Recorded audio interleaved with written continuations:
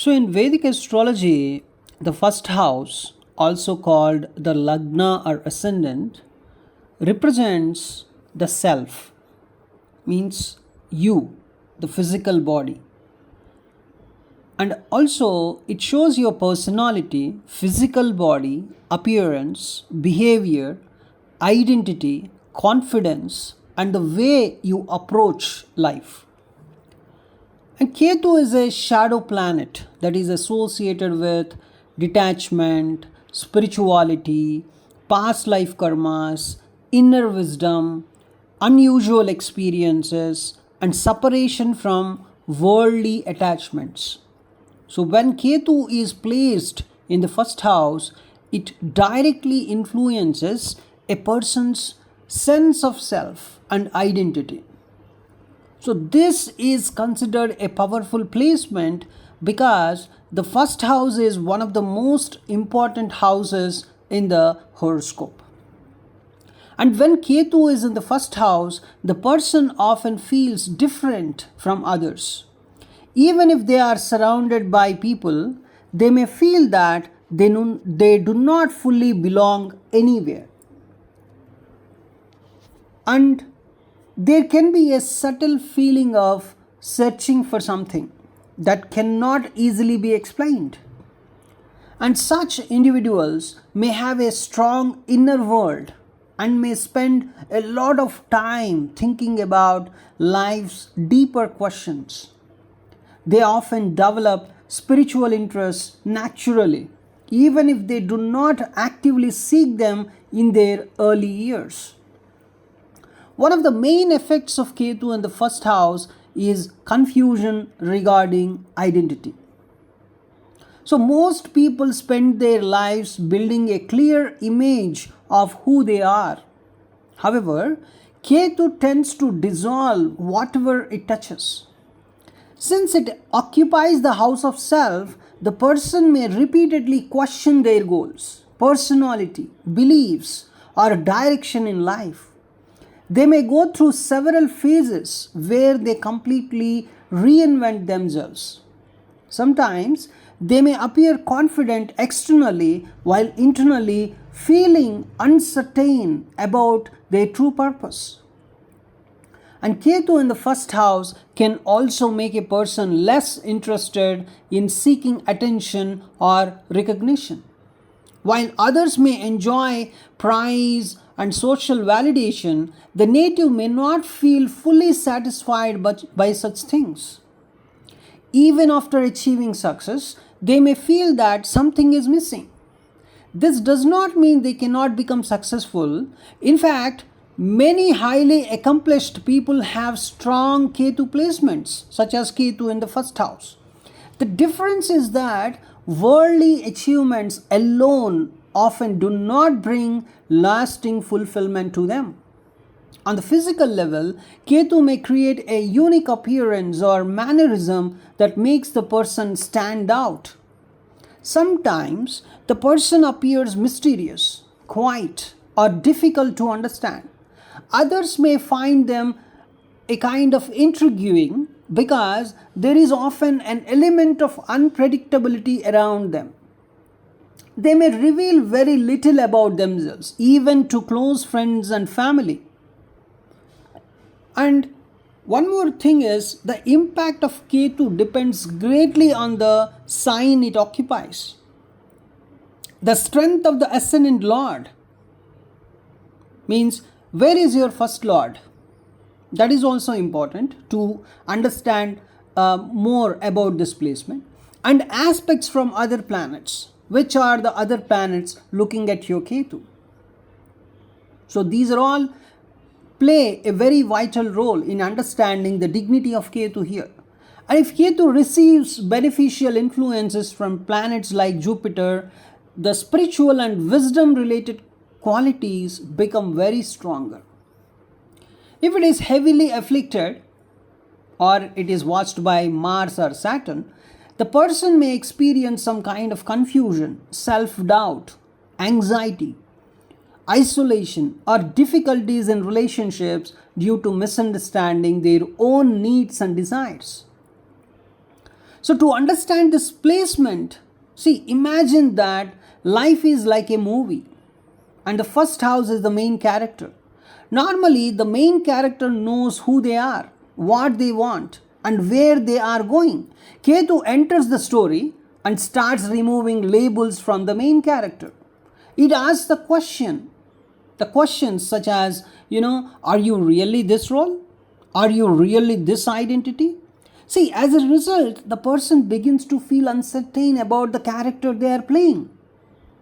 So just think of a person wearing many layers of clothing. Each layer represents an identity such as profession, social status, family role, achievements, beliefs, and personal image.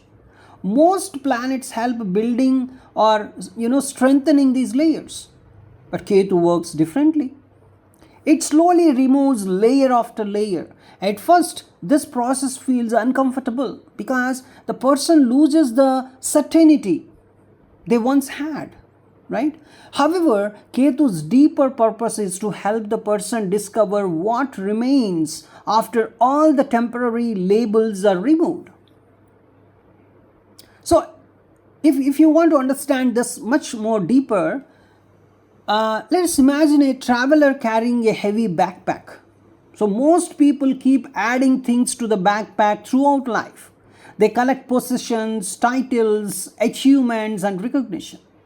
Ketu acts like a guide who keeps taking things out of the backpack. The traveler may initially feel frustrated because valuable items seem to be disappearing, right? Finally, the traveler realizes that the lighter backpack allows them move more freely, more confidently, more enjoyably. It's a kind of experience you have to experience, right? The Ketu's experience is a kind of different thing. So this is similar to how Ketu teaches detachment, from excessive identification with the material world. And the psychological experience of Ketu in the first house, it unfolds in stages. During early life, the person may feel different from others without understanding why. And in adolescence and young adulthood, they may struggle with self-image or direction. They may frequently change interests, careers, beliefs, or social circles.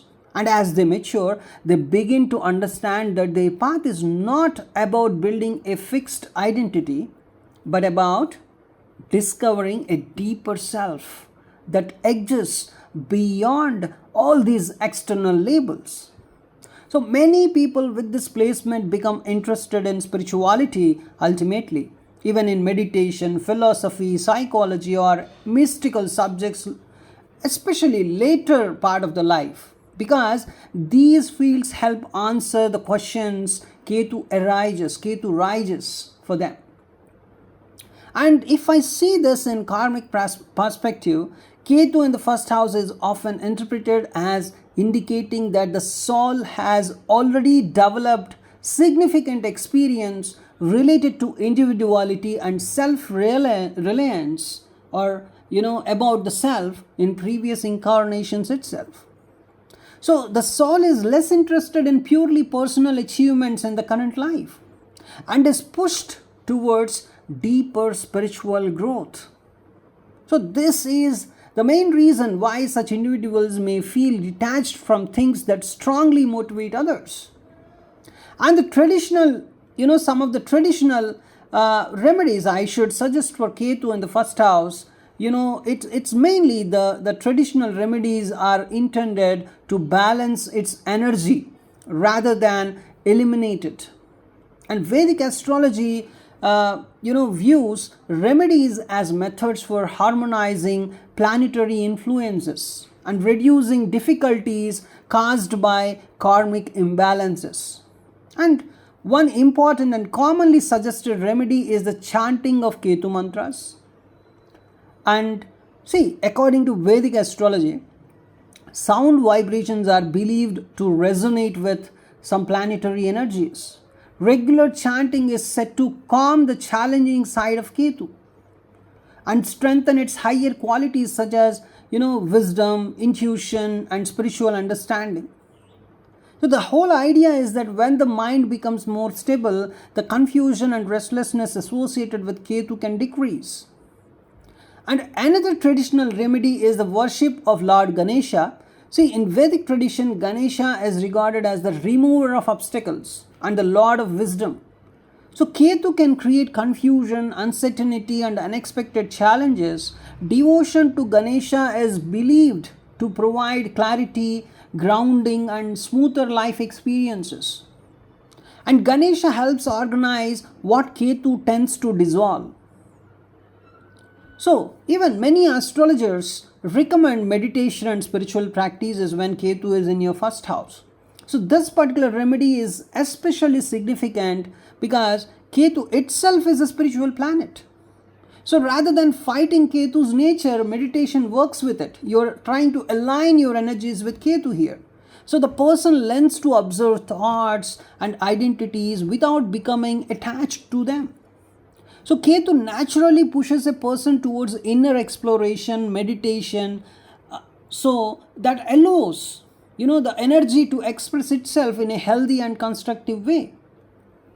And of course, charitable acts and helping those in need are also commonly prescribed for Ketu in the first house people.